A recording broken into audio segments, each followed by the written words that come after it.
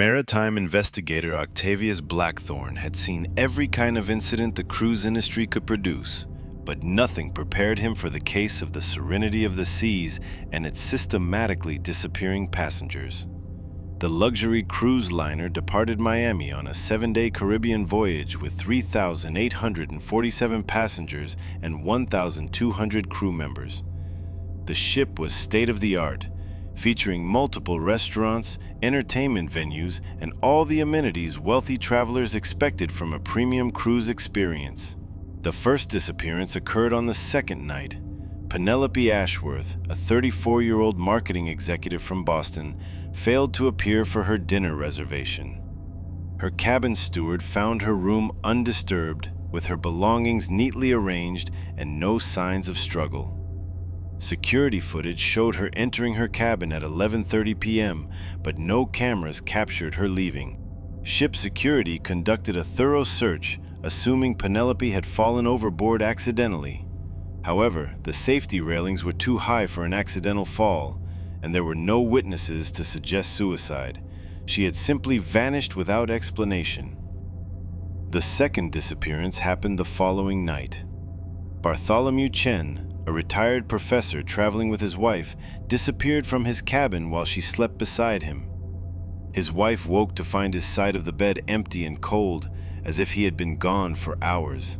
Again, security footage showed no evidence of him leaving the cabin. By the fourth night, 6 passengers had vanished under identical circumstances. All disappeared from their locked cabins without triggering security alarms or appearing on surveillance cameras. The missing passengers represented different demographics, young and old, male and female, traveling alone and with companions. Panic began spreading among the remaining passengers as word of the disappearances leaked through social media posts and whispered conversations. The ship's crew attempted to maintain normal operations, but guests were increasingly reluctant to return to their cabins alone. Octavius was called in when the ship docked in Barbados for an emergency investigation. His initial examination revealed disturbing inconsistencies in the ship's security systems and passenger manifest records. The surveillance cameras throughout the ship had systematic gaps in their recordings, precisely timed blackouts that occurred during each disappearance. The gaps weren't random technical failures. They showed evidence of deliberate manipulation by someone with access to the ship's security infrastructure. More disturbing was the discovery that the missing passengers had all been selected based on specific criteria.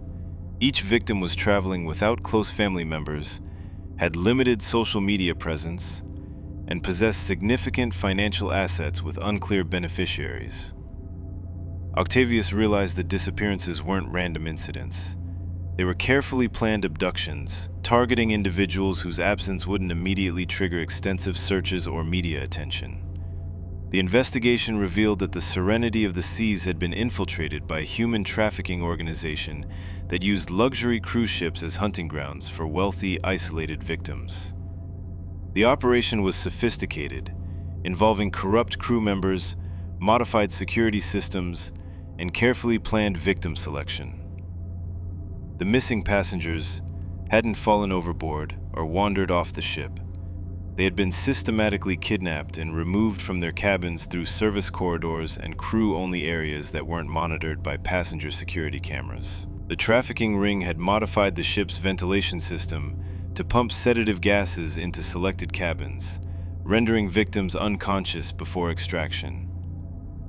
The unconscious passengers were then transported through hidden passages to a secret holding area constructed within the ship's cargo holds.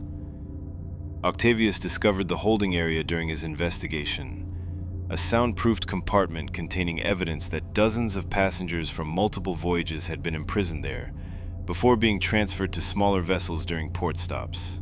The operation had been running for over 2 years, with the Serenity of the Seas serving as a collection point for human trafficking networks operating throughout the Caribbean.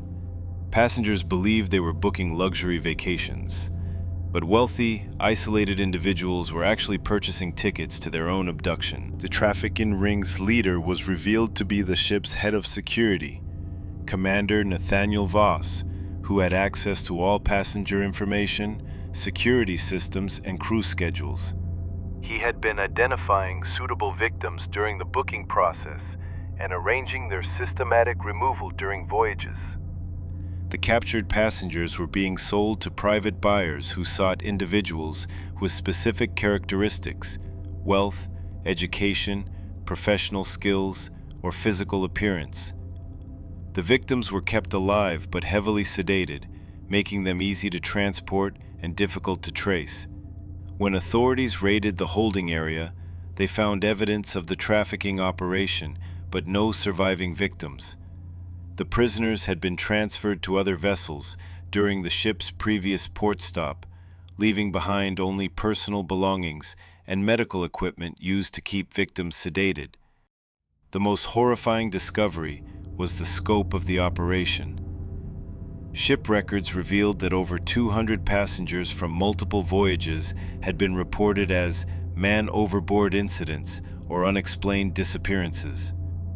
All had actually been kidnapped and sold into modern slavery.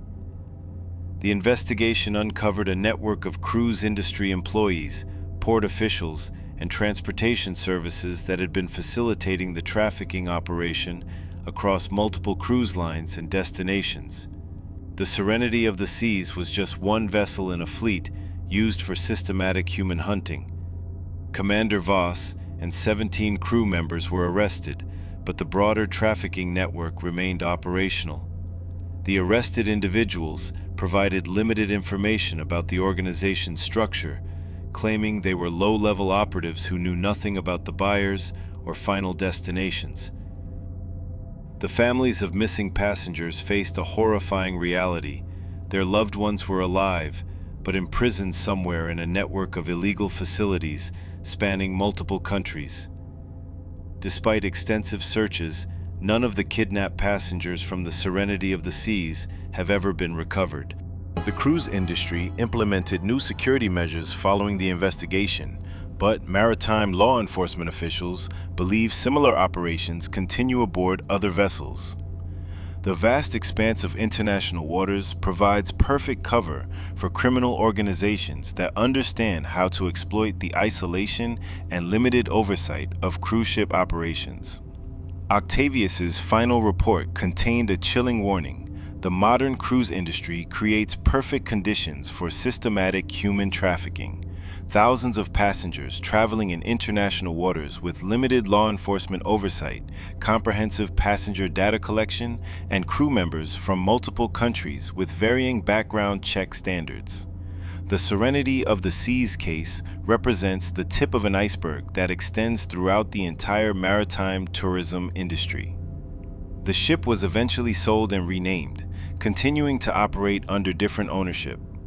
Passengers who book cabins today have no idea they're traveling aboard a vessel that once served as a hunting ground for human traffickers, or that some of their fellow passengers might be selected for disappearance during the voyage. The most disturbing aspect of the case remains unresolved. Investigation of the trafficking network's records revealed that the organization had been operating for over a decade, suggesting that hundreds of cruise passengers who were reported as accidental deaths or disappearances were actually victims of systematic abduction. These individuals remain missing today, held in facilities unknown to law enforcement, their families still believing they died in tragic accidents at sea. The truth is far more horrifying. They're alive, imprisoned, and forgotten by a world that accepted their disappearances as unfortunate but explainable maritime incidents. The Serenity of the Seas continues to sail Caribbean routes today. New passengers board each week, excited about their dream vacations, unaware that they're traveling aboard a ship where fellow travelers have been systematically hunted, captured, and sold into modern slavery. The nightmare isn't a memory. It's an ongoing reality hidden beneath the veneer of luxury tourism. And somewhere in the vast network of illegal facilities that span multiple continents, the missing passengers from the Serenity of the Seas remain imprisoned, waiting for rescue that may never come, their disappearances explained away as tragic accidents by an industry that profits from maintaining the illusion of safety on the high seas.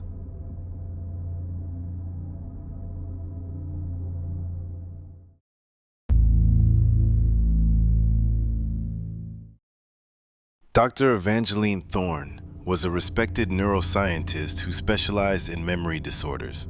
Her life changed forever when a patient named Marcus arrived at her clinic with a condition she'd never encountered before. He claimed someone was stealing his memories. Marcus wasn't delusional. He kept detailed journals, photographs, and video recordings of his daily life. But each morning, he woke up missing specific memories from the previous day, while retaining perfect recall of everything else. The missing memories weren't random, they were always his happiest moments. Dr. Thorne was skeptical until Marcus showed her his evidence. Video timestamps proved he had recorded himself experiencing joy, laughter, and contentment. But when she tested his recall the next day, those specific moments were completely erased from his mind, while traumatic or neutral memories remained intact. As Dr. Thorne investigated, she discovered Marcus wasn't alone. 7 other patients across the city reported identical symptoms. All were successful, happy people who had begun losing their positive memories in the same systematic way. The breakthrough came when Dr. Thorne reviewed security footage from Marcus's apartment building. Every night at 3 a.m., a figure dressed in medical scrubs entered his apartment using a key. The figure would approach Marcus's sleeping form and place some kind of device against his forehead for exactly 12 minutes before leaving. Dr. Thorne recognized the figure immediately. It was Dr. Harrison Vex, her former colleague who had been expelled from the medical community 5 years earlier for conducting unauthorized experiments on human subjects. She confronted Vex at his abandoned research facility.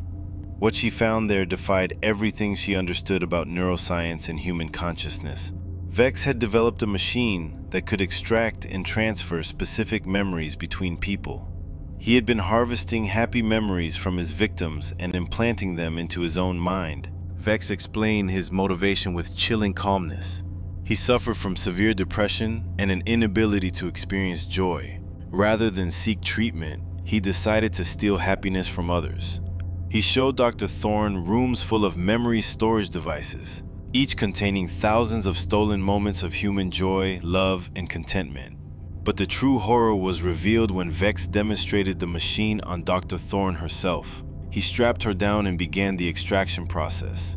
As her happiest memories were pulled from her mind, she could feel pieces of herself disappearing. The memory of her wedding day, the birth of her daughter, her proudest professional achievements, all vanishing as if they had never existed. Vex had been doing this for years, not just to his patients but to dozens of people across multiple cities. He would identify happy, successful individuals, stalk them, learn their routines, and then systematically harvest their positive memories while they slept. The victims weren't just losing memories, they were losing their capacity for happiness itself. Without positive memories to reference, their brains began to forget how to produce joy, love, and contentment. They became hollow shells, capable of functioning but incapable of truly living. Dr. Thorne managed to escape when a police raid interrupted the procedure. Vex was arrested, but the damage was already done. The stolen memories couldn't be returned. They existed only in Vex's mind and in his storage devices, which he had programmed to self-destruct if tampered with. During the trial, Vex's behavior became increasingly erratic. He claimed the stolen memories were becoming too much for his mind to handle. He was experiencing dozens of people's lives simultaneously, unable to distinguish between his own experiences and those he had stolen. The night before his sentencing, Vex was found dead in his cell. The cause appeared to be a brain aneurysm, but the autopsy revealed something impossible. His brain showed signs of containing far more neural pathways than any human brain should possess, as if it had been trying to accommodate thousands of foreign memories. Dr. Thorne never fully recovered. Even though she escaped before losing all her positive memories, the experience left her unable to trust her own mind. She began obsessively documenting every moment of her life, terrified that someone else might be stealing her memories. The most disturbing aspect of the case was never made public. Investigation of Vex's facility revealed that he wasn't working alone. Computer records showed communications with other researchers around the world, all working on similar memory manipulation technology. Dr. Thorne's final research paper, published posthumously after her apparent suicide, contained a warning that few took seriously. The theft of memory is the ultimate violation of human consciousness. If we can steal happiness itself, what separates us from the monsters we fear?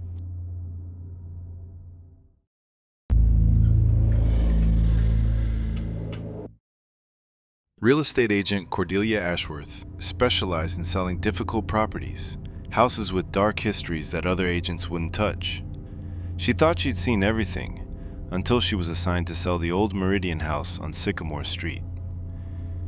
The house had been empty for 3 years after the previous owners fled in the middle of the night, leaving behind all their possessions. The family, the Hendersons, had simply vanished, abandoning a fully furnished home and successful business without explanation. Cordelia's first visit was routine. The house was beautiful, well-maintained, and priced below market value. She couldn't understand why it hadn't sold. As she walked through the rooms, taking photographs and notes, she began to notice something odd about the acoustics. Every sound she made, footsteps, door closing, papers rustling, seemed to echo strangely, as if the house was amplifying and repeating her movements. But the echoes didn't follow normal acoustic patterns. They seemed to come from different directions, sometimes seconds after the original sound. During her second visit, Cordelia brought a colleague for a second opinion. As they toured the house, both noticed that their conversations seemed to be reflected back to them from the walls, but with subtle changes. Words were repeated in different tones, sometimes sounding like entirely different voices. Cordelia began researching the house's history. The Meridian family had built it in 1897, but had abandoned it after only 6 months. Every subsequent family who lived there had left suddenly, often in the middle of the night, leaving behind personal belongings and never returning. The pattern was consistent across 12 different families over 120 years. Each family reported the same phenomenon before leaving. The house began listening to them, repeating their conversations, arguments, and private moments back to them at unexpected times. Cordelia decided to spend a night in the house to understand what was driving families away. She set up recording equipment and prepared to document whatever was happening. The first few hours were quiet, but around midnight, she began hearing voices. Not random sounds.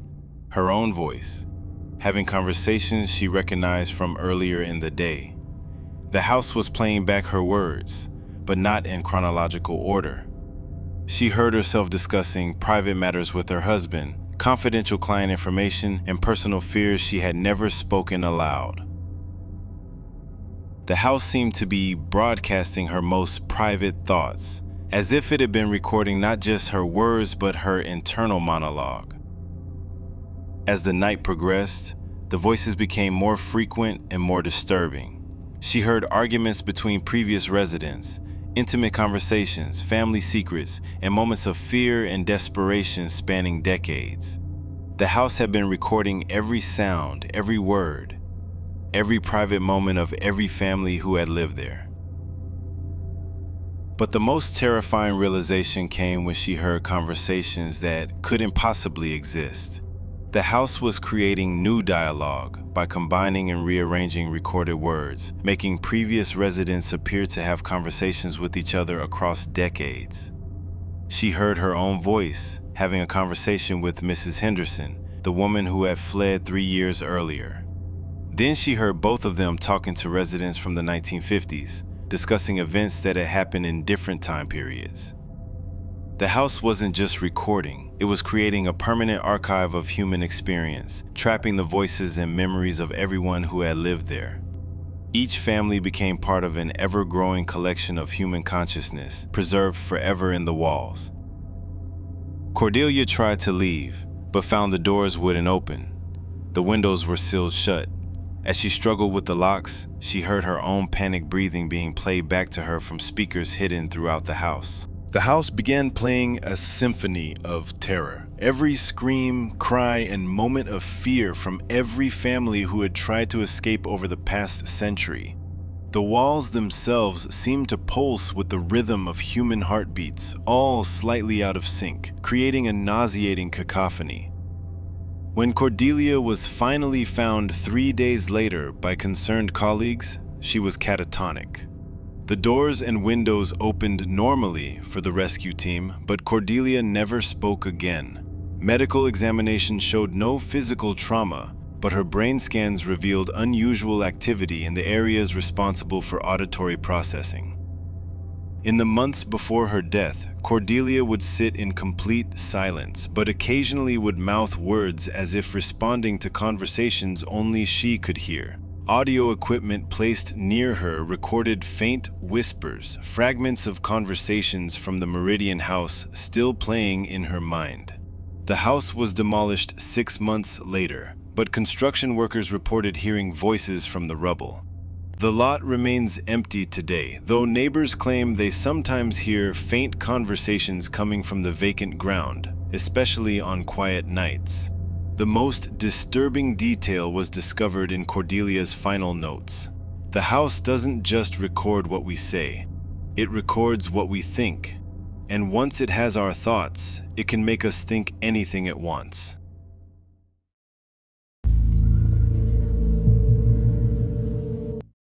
Kindergarten teacher Serafina Walsh loved her job at Maplewood Elementary, but her life became a nightmare when the school hired a new substitute teacher named Mr. Grimwald for her maternity leave replacement.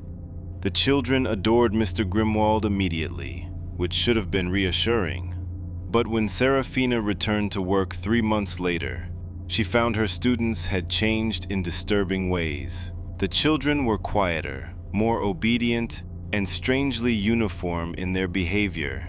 They spoke in similar patterns, shared identical preferences, and seemed to have lost their individual personalities.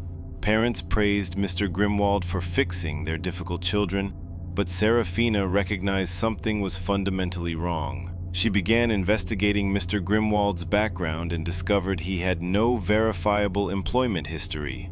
The references he provided led to disconnected phone numbers and non-existent addresses. The teaching certificate he submitted appeared to be legitimate, but when Serafina contacted the issuing institution, they had no record of anyone by that name. More disturbing were the children's new behaviors. They would all turn their heads in unison when someone entered the room. They would pause mid-sentence when speaking, as if listening to unheard instructions, and they had all developed an intense fear of being separated from the group. Serafina started documenting the changes, comparing the children's current behavior to videos and assessments from before Mr. Grimwald's arrival. The transformation was dramatic and consistent across all 23 students in her class. The breakthrough came when she discovered Mr. Grimwald was still visiting the school after hours. Security footage showed him entering classrooms at night, approaching each child's desk and performing some kind of ritual involving personal items the children had left behind. Serafina hid in the school one night to observe his activities. What she witnessed defied rational explanation. Mr. Grimwald would hold each child's personal item, a pencil, eraser, or drawing, and whisper to it in a language she didn't recognize. As he spoke, the items would begin to glow with a faint, sickly light. She watched in horror as Mr. Grimwald collected hair samples from combs and brushes, nail clippings from art supplies, and saliva from water bottles. He placed these biological samples into small glass vials, labeling each with a child's name and date of birth. The most disturbing part was what happened next. Mr. Grimwald arranged the vials in a circle and began chanting. The liquid in the vials began to bubble and change color, and Serafina could swear she heard faint voices. Children's voices, coming from the containers. She realized Mr. Grimwald wasn't just a substitute teacher. He was collecting something essential from each child, binding their individuality and free will into those vials. The children's behavioral changes weren't adaptation or discipline. They were the result of having core parts of themselves literally stolen. Serafina documented everything and contacted authorities, but Mr. Grimwald disappeared before he could be arrested. However, the damage was already done. The 23 children in her class had been fundamentally altered. Child psychologists who examined the students found unprecedented uniformity in their responses, thoughts, and behaviors. It was as if their individual personalities had been replaced with copies of the same template. They functioned normally, but had lost something indefinable that made them unique individuals. The investigation revealed that Mr. Grimwald had been using the same methods at schools across multiple states over the past decade. Hundreds of children had been affected, all showing identical behavioral changes after his brief employment at their schools. Parents initially resisted the idea that something supernatural had occurred, but as the children grew older, the effects became more pronounced. The affected children couldn't form independent opinions, struggled with creative thinking, and seemed unable to experience genuine emotions beyond basic contentment and compliance. The most chilling discovery came when investigators found Mr. Grimwald's abandoned apartment. The walls were lined with thousands of labeled vials, each containing what appeared to be biological samples. But these vials were different. They pulsed with light and seemed to move on their own. A handwritten journal found in the apartment revealed Mr. Grimwald's true purpose. He believed children's souls were at their purest before being corrupted by individual personality and free will. He was collecting and preserving their essential innocence, creating what he called perfect children by removing their capacity for independent thought. The journal's final entry read, "The collection is nearly complete. Soon I will have preserved the souls of 1,000 children, keeping them pure and innocent forever. Their bodies will continue to function, but their spirits will be safe with me, unable to be corrupted by the world's evil." Serafina spent the rest of her career working with the affected children, trying to help them recover their lost individuality. Some made progress, but most remained fundamentally changed. She often wondered if the real children were somehow trapped in those glowing vials, aware but unable to return to their own bodies. The case was officially classified as mass psychological manipulation, but Serafina knew the truth was far more sinister. Mr. Grimwald hadn't just damaged these children, he had stolen their souls, leaving behind empty shells that looked and acted like children but had lost the spark that made them human.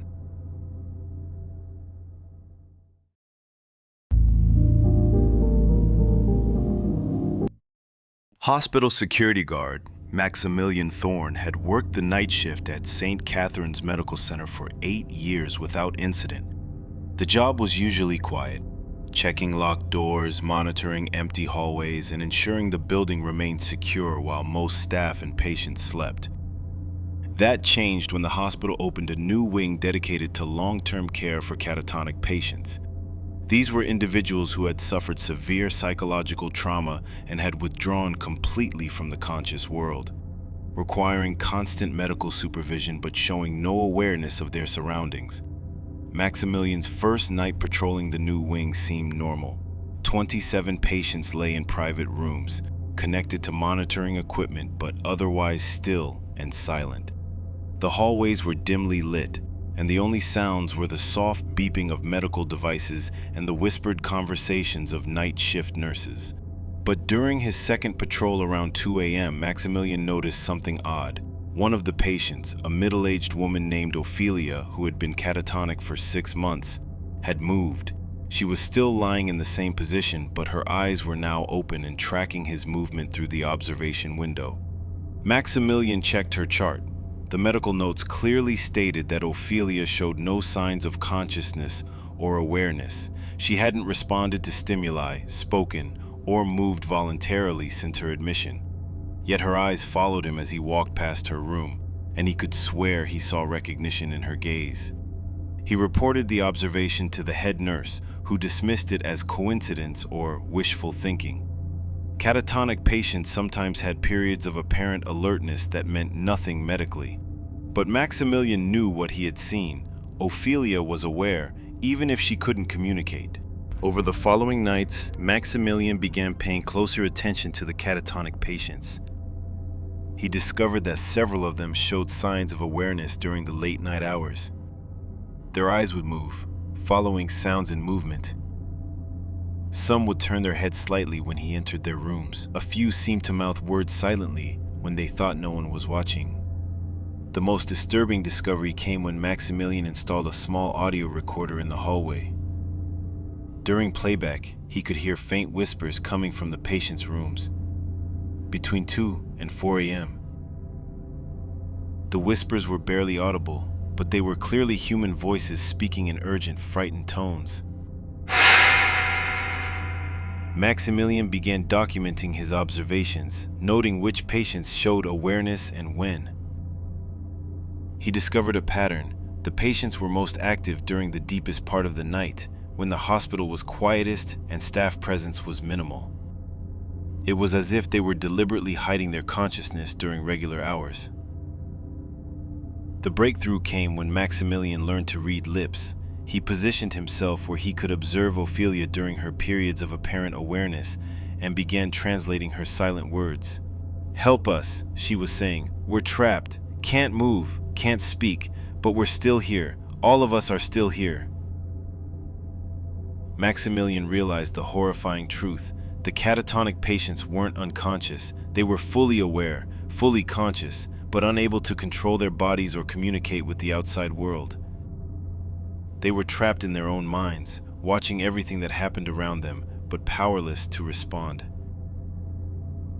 He began trying to communicate with them, using eye blinks and small gestures that wouldn't be noticed by medical staff. Slowly, he established basic communication with 12 of the 27 patients. All reported the same experience, complete mental awareness but total physical paralysis. But the situation was worse than Maximilian initially understood. The patients revealed that their condition wasn't the result of psychological trauma as their medical files indicated. They had been deliberately induced into this state by someone at the hospital who was using them for unauthorized experiments. Through painstaking communication, the patients told Maximilian that Dr. Nathaniel Voss, the wing's supervising physician, was conducting research into consciousness and pain perception. He was using the catatonic patients as test subjects, believing they couldn't feel or remember what was being done to them. The patients described horrific procedures performed during the night shift when oversight was minimal. Dr. Voss would conduct painful experiments, testing their ability to feel sensation while unable to respond. He was trying to prove that consciousness could exist independently of physical response, using the patients as living laboratories. Maximilian confronted Dr. Voss with his evidence, demanding that the patients receive proper care and the experiments stop. Dr. Voss initially denied everything, but when pressed, he revealed the true scope of his research. The catatonic state wasn't a medical condition. It was artificially induced using a combination of drugs and psychological manipulation. Dr. Voss had developed a method to separate consciousness from physical control, creating patients who remained fully aware but completely helpless. He justified his actions by claiming the research would revolutionize understanding of human consciousness and pain management. The patients, he argued, were contributing to scientific advancement that would benefit millions of people. But Maximilian discovered the research had a darker purpose. Dr. Voss was documenting every aspect of the patient's suffering, creating detailed records of their psychological responses to prolonged helplessness and physical trauma. He was studying the breaking point of human consciousness, trying to determine how much awareness could endure before complete mental collapse. When Maximilian threatened to expose the research, Dr. Voss revealed that the hospital administration was aware of and funding his work. The catatonic wing wasn't a treatment facility. It was a research laboratory using human subjects who had been legally declared mentally incompetent. The most chilling revelation came when Dr. Voss showed Maximilian the expansion plans. The hospital intended to create more catatonic patients by inducing the condition in individuals who wouldn't be missed. Homeless people, undocumented immigrants, and psychiatric patients with no family connections. Maximilian tried to document everything and contact authorities, but he was found dead in the hospital parking garage the next morning. The official cause of death was ruled a heart attack, but the patients in the catatonic wing knew the truth. They had watched through their windows as security personnel carried Maximilian's unconscious body from the building. They saw Dr. Voss inject him with something before placing him in his car. They witnessed the murder, but were powerless to help or testify. The catatonic wing continues to operate today. The patients remain trapped in their own bodies, fully conscious but unable to communicate their suffering to the outside world.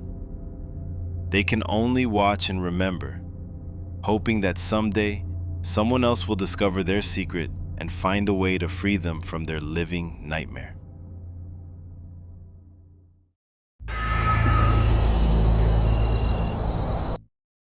Wedding photographer Isadora Blackwood had built a successful business capturing people's happiest moments, but her career took a dark turn when she was hired to photograph the Whitmore Ashford wedding at the historic Ravens Hollow Manor. The venue was perfect, a restored Victorian mansion surrounded by manicured gardens with elegant architecture that provided stunning backdrops for wedding photography. The bride and groom were a beautiful couple, deeply in love and excited about their future together. Isadora began photographing the ceremony preparations early in the morning. The bride, Anastasia, was radiant in her vintage lace gown, while the groom, Bartholomew, looked handsome in his tailored tuxedo. The wedding party was cheerful and cooperative, making Isadora's job easy and enjoyable. But when she reviewed the digital images on her camera's display screen, something was wrong with the photographs. In every image that included mirrors or reflective surfaces, additional figures appeared that hadn't been visible to the naked eye. The extra figures looked like people from different time periods, women in 1920s flapper dresses, men in Victorian formal wear, children in old-fashioned clothing. They stood behind the wedding party, sometimes reaching toward them with outstretched hands, their faces showing expressions of sadness and longing. Isadora initially assumed the images were the result of some kind of digital glitch or interference from the manor's old electrical systems. She adjusted her camera settings and continued shooting, but the mysterious figures appeared in every photograph that included reflective surfaces. During the ceremony, Isadora noticed that the bride and groom seemed increasingly uncomfortable as the day progressed. Anastasia began shivering despite the warm weather, and Bartholomew appeared distracted, frequently looking over his shoulder as if sensing someone behind him. The wedding guests also began acting strangely. Several people mentioned feeling watched or followed, and a few guests left early, claiming they felt unwelcome or afraid.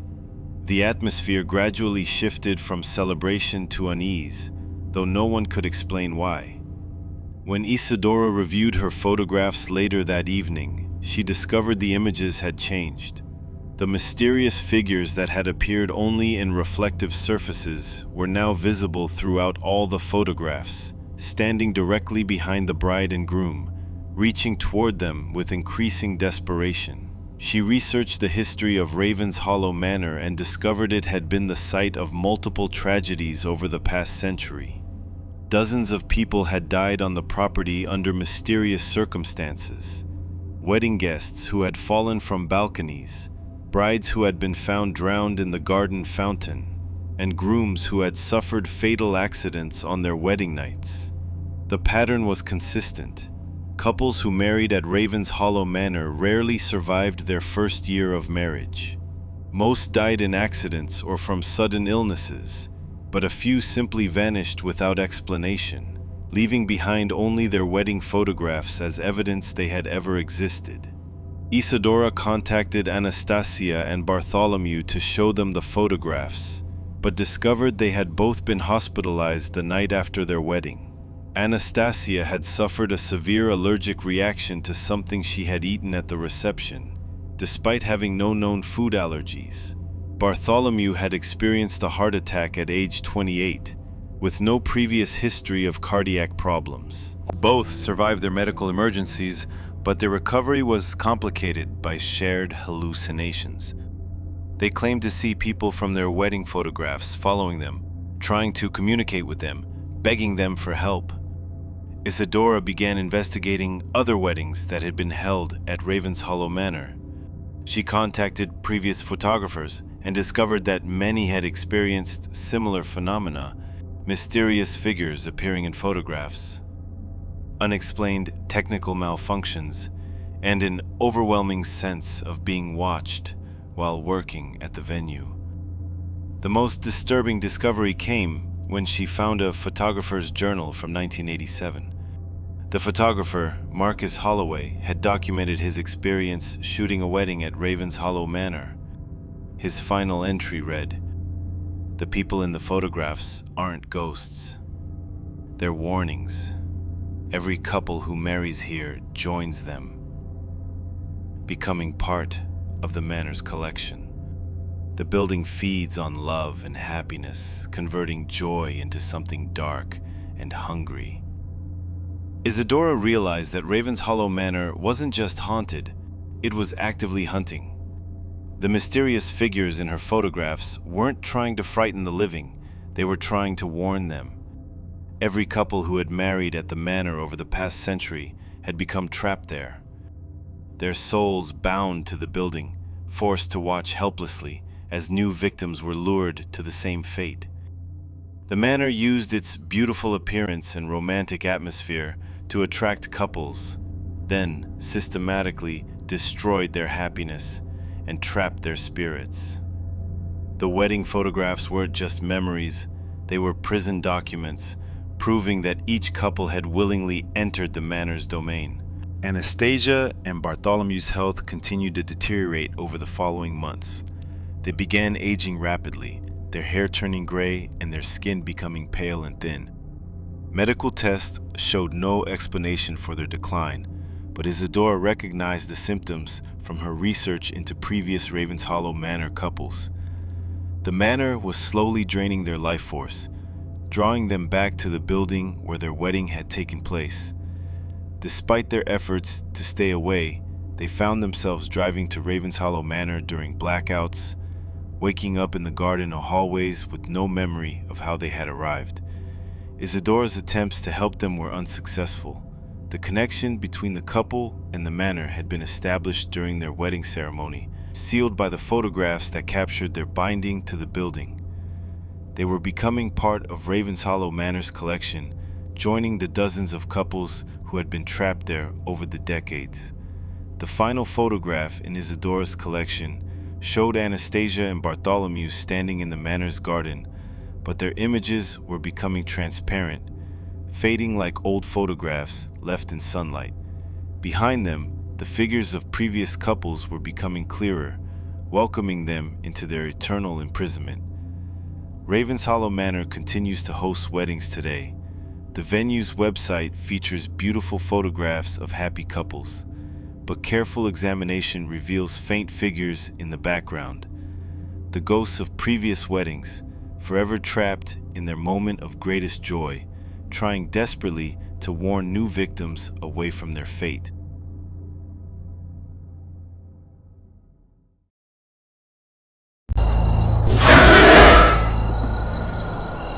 Evangeline Ashford was a brilliant psychologist specializing in repressed memories.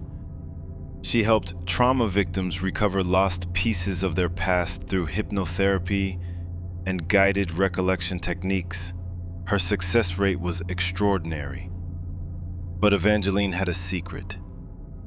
She wasn't just helping patients recover memories, she was collecting them. It started accidentally during a session with a patient named Rebecca. While guiding Rebecca through a childhood trauma, Evangeline suddenly experienced the memory as if it were her own. She could feel the fear, smell the surroundings, remember details that Rebecca had never spoken aloud. Evangeline realized she had somehow absorbed the memory entirely. When Rebecca came out of hypnosis, she couldn't recall the traumatic event anymore. It had transferred completely from patient to therapist. Fascinated by this impossible ability, Evangeline began experimenting. She discovered she could take any memory, not just traumatic ones. Happy childhood moments, first loves, academic achievements. She could absorb them and make them her own, while erasing them from their original owners. The power was intoxicating. Evangeline accumulated hundreds of memories from dozens of patients. She experienced multiple childhoods, countless relationships, entire lifetimes of experiences that had never belonged to her. But memories aren't just experiences. They're the foundation of identity. As Evangeline collected more memories, her patients began changing in disturbing ways. They became hollow shells, unable to form new memories or maintain relationships. They couldn't remember who they were because those memories now belonged to someone else. Evangeline's own mind began fragmenting under the weight of stolen experiences. She would wake up believing she was different people, living in houses she'd never seen, mourning deaths of people she'd never met. The borrowed memories fought for dominance in her consciousness. She tried to return the memories to their owners, but discovered the transfer was permanent. Once absorbed, the memories belonged to her completely. Her patients were left with empty spaces in their minds that could never be filled. The breaking point came when Evangeline absorbed the memories of a patient's entire family from a single session. Suddenly, she remembered growing up as 4 different people simultaneously. She had conflicting memories of the same events from multiple perspectives. Evangeline committed herself to a psychiatric facility, claiming to suffer from dissociative identity disorder. But her condition was far worse than multiple personalities. She contained the complete identities of dozens of people, all fighting for control of one body. The patients she had treated were never the same. They wandered through life as empty vessels, unable to form lasting memories or meaningful connections. They remembered fragments of experiences that felt foreign, like watching someone else's life through a window. But the most terrifying part of Evangeline's story isn't what she did to others. It's what happened to her original memories. In collecting so many stolen experiences, she lost track of which memories were truly hers. She became a thief who had robbed herself of her own identity. The facility where Evangeline was treated reported strange incidents. Other patients began experiencing memories that weren't their own. Staff members found themselves recalling childhoods they'd never lived. The memory theft was continuing, spreading like a virus through anyone who came into contact with her. Evangeline died in that facility 3 years later, but the memories she stole didn't die with her. They continued to surface in the minds of people who never met her, living on as borrowed experiences and borrowed lives, searching for their way back to owners who no longer exist.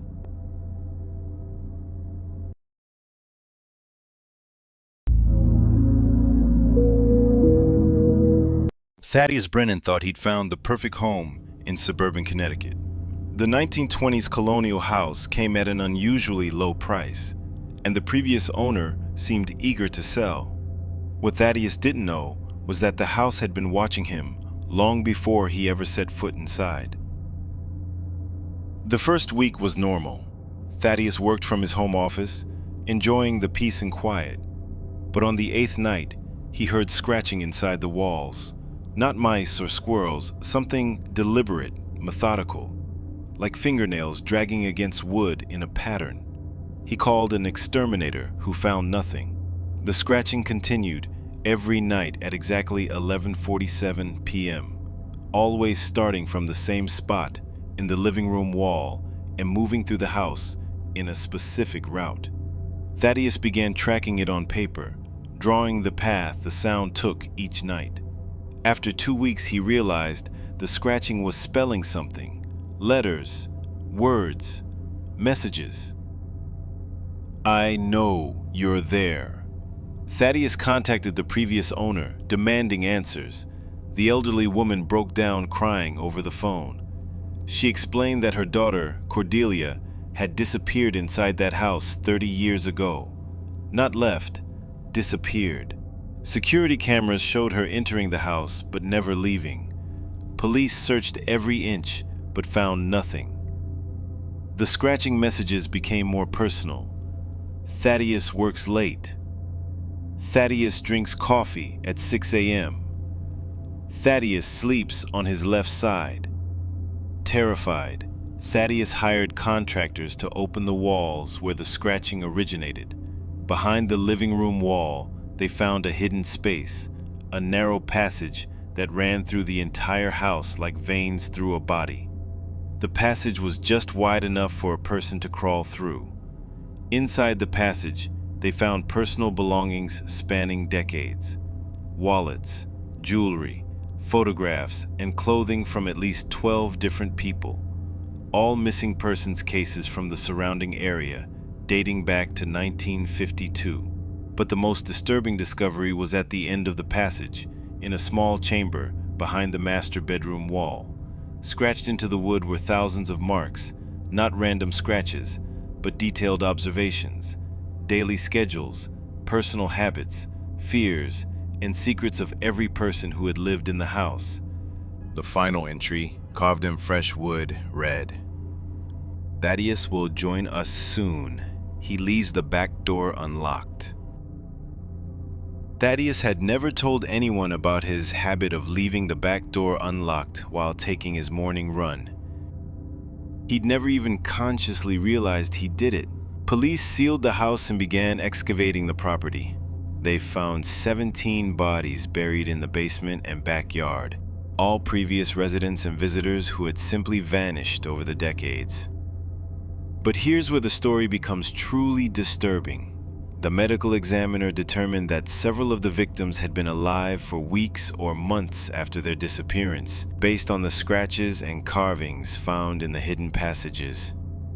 Someone or something had been keeping them alive in the walls, watching, learning, recording. The house was demolished, but the investigation revealed something impossible to explain.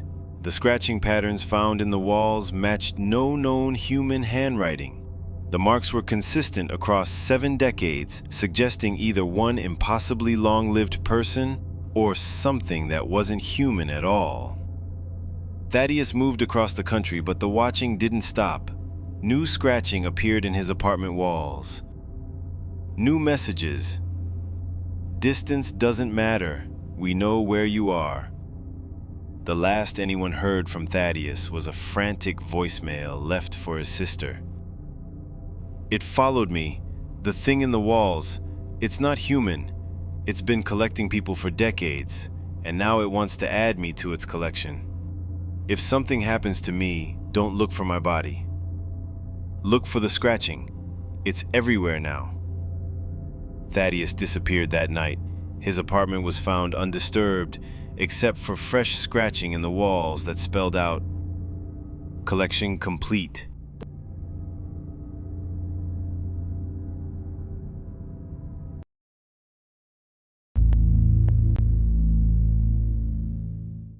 Jeremiah Crowthorne worked the graveyard shift at a data storage facility outside Denver. Rows upon rows of servers humming in climate-controlled darkness. Perfect job for someone who preferred solitude. The facility was automated. His job was simple. Walk the floors every 2 hours, check for warning lights, log temperatures, and ensure everything ran smoothly. 8 hours alone with machines that never slept. During his third week, Jeremiah noticed something odd.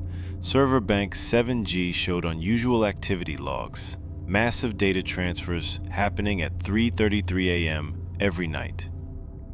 The strange part was that this server bank was supposed to be empty, awaiting new client hardware. He checked the physical location. The server racks were indeed empty, but the cooling system was running as if they were fully loaded. The temperature readings showed heat signatures from non-existent equipment. Jeremiah pulled the digital logs. According to the system, server bank 7G was not only active, but processing more data than any other section in the facility. Petabytes of information moving through hardware that didn't exist. He reported the anomaly to a supervisor who dismissed it as a software glitch, but Jeremiah couldn't let it go. He started spending extra time in Section 7G, trying to understand what was happening. The empty server racks cast strange shadows under the LED strips. Sometimes, the shadows seemed to move independently of the light sources. Jeremiah began to feel watched, though the security cameras showed he was alone. One night, while checking temperatures near the phantom server bank, Jeremiah heard something impossible: the sound of hard drives spinning and cooling fans whirring, coming from the empty racks. He could see they contained no equipment, but the sounds were unmistakable. He placed his hand near one of the empty slots and felt heat radiating from nothing. His temperature gun confirmed it: 89 degrees Fahrenheit from empty air. The data transfers continued every night at 3:33 a.m. Jeremiah started documenting everything, taking photos and recording audio. But when he reviewed the evidence, it showed only empty racks and silence. 3 weeks later, Jeremiah discovered what the phantom servers were processing. Hidden in the facility's deepest digital logs, he found fragments of the transferred data. Personnel files, security footage, and detailed behavioral profiles of every person who had ever worked in the building. But the files contained information that no system should have recorded. Private conversations, personal thoughts, even dreams that employees had mentioned to no one. The phantom servers were somehow harvesting data directly from human consciousness. Jeremiah quit that night and never returned. The facility continued operating normally, with new security guards reporting no anomalies. But if you check the right databases, server bank 7-G still shows active, still processing impossible amounts of data from hardware that doesn't exist. And sometimes, late at night, people who once worked at that facility receive emails containing their own thoughts, sent from addresses that trace back to empty server racks in a building they'll never enter again.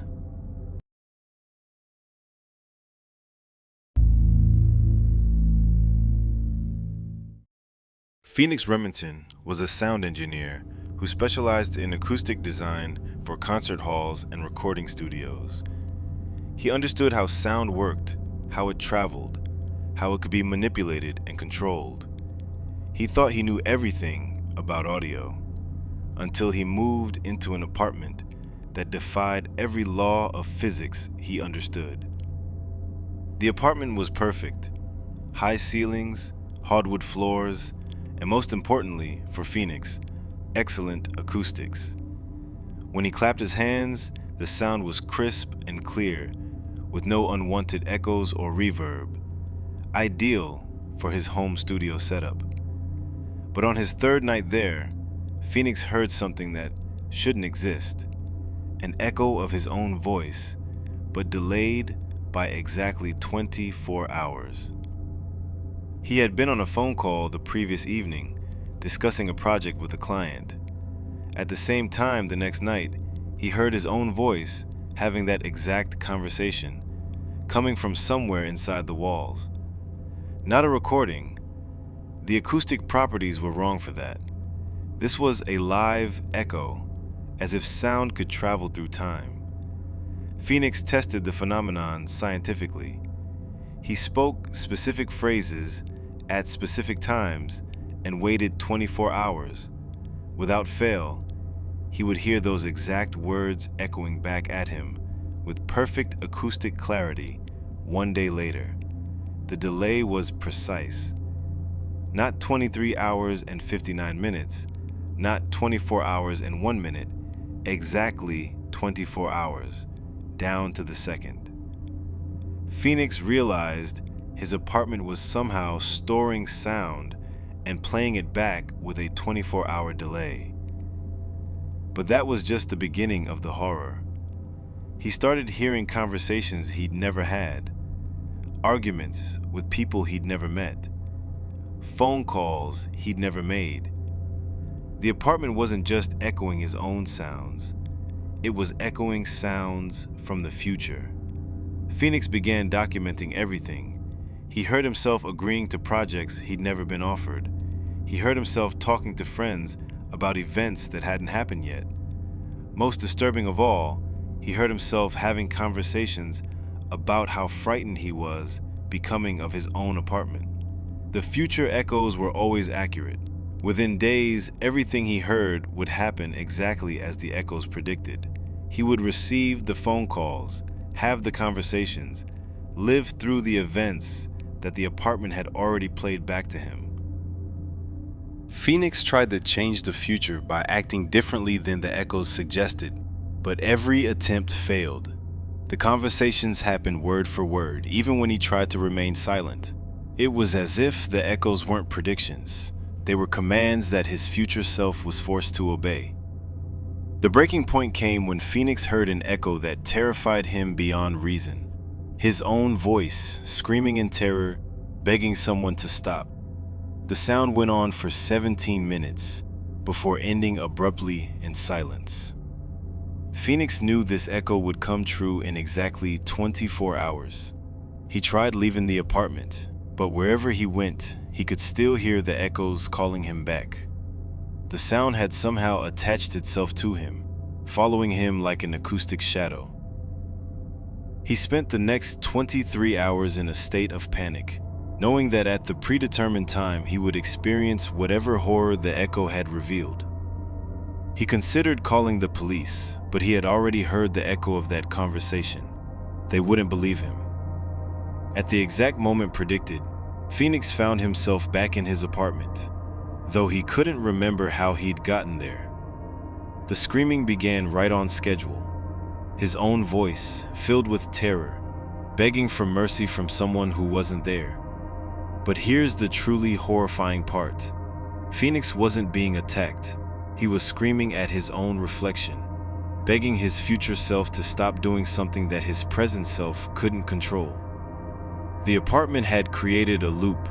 Phoenix was trapped, experiencing echoes of his own future reactions to the echoes he was currently hearing. He was simultaneously the victim and the source of his own terror.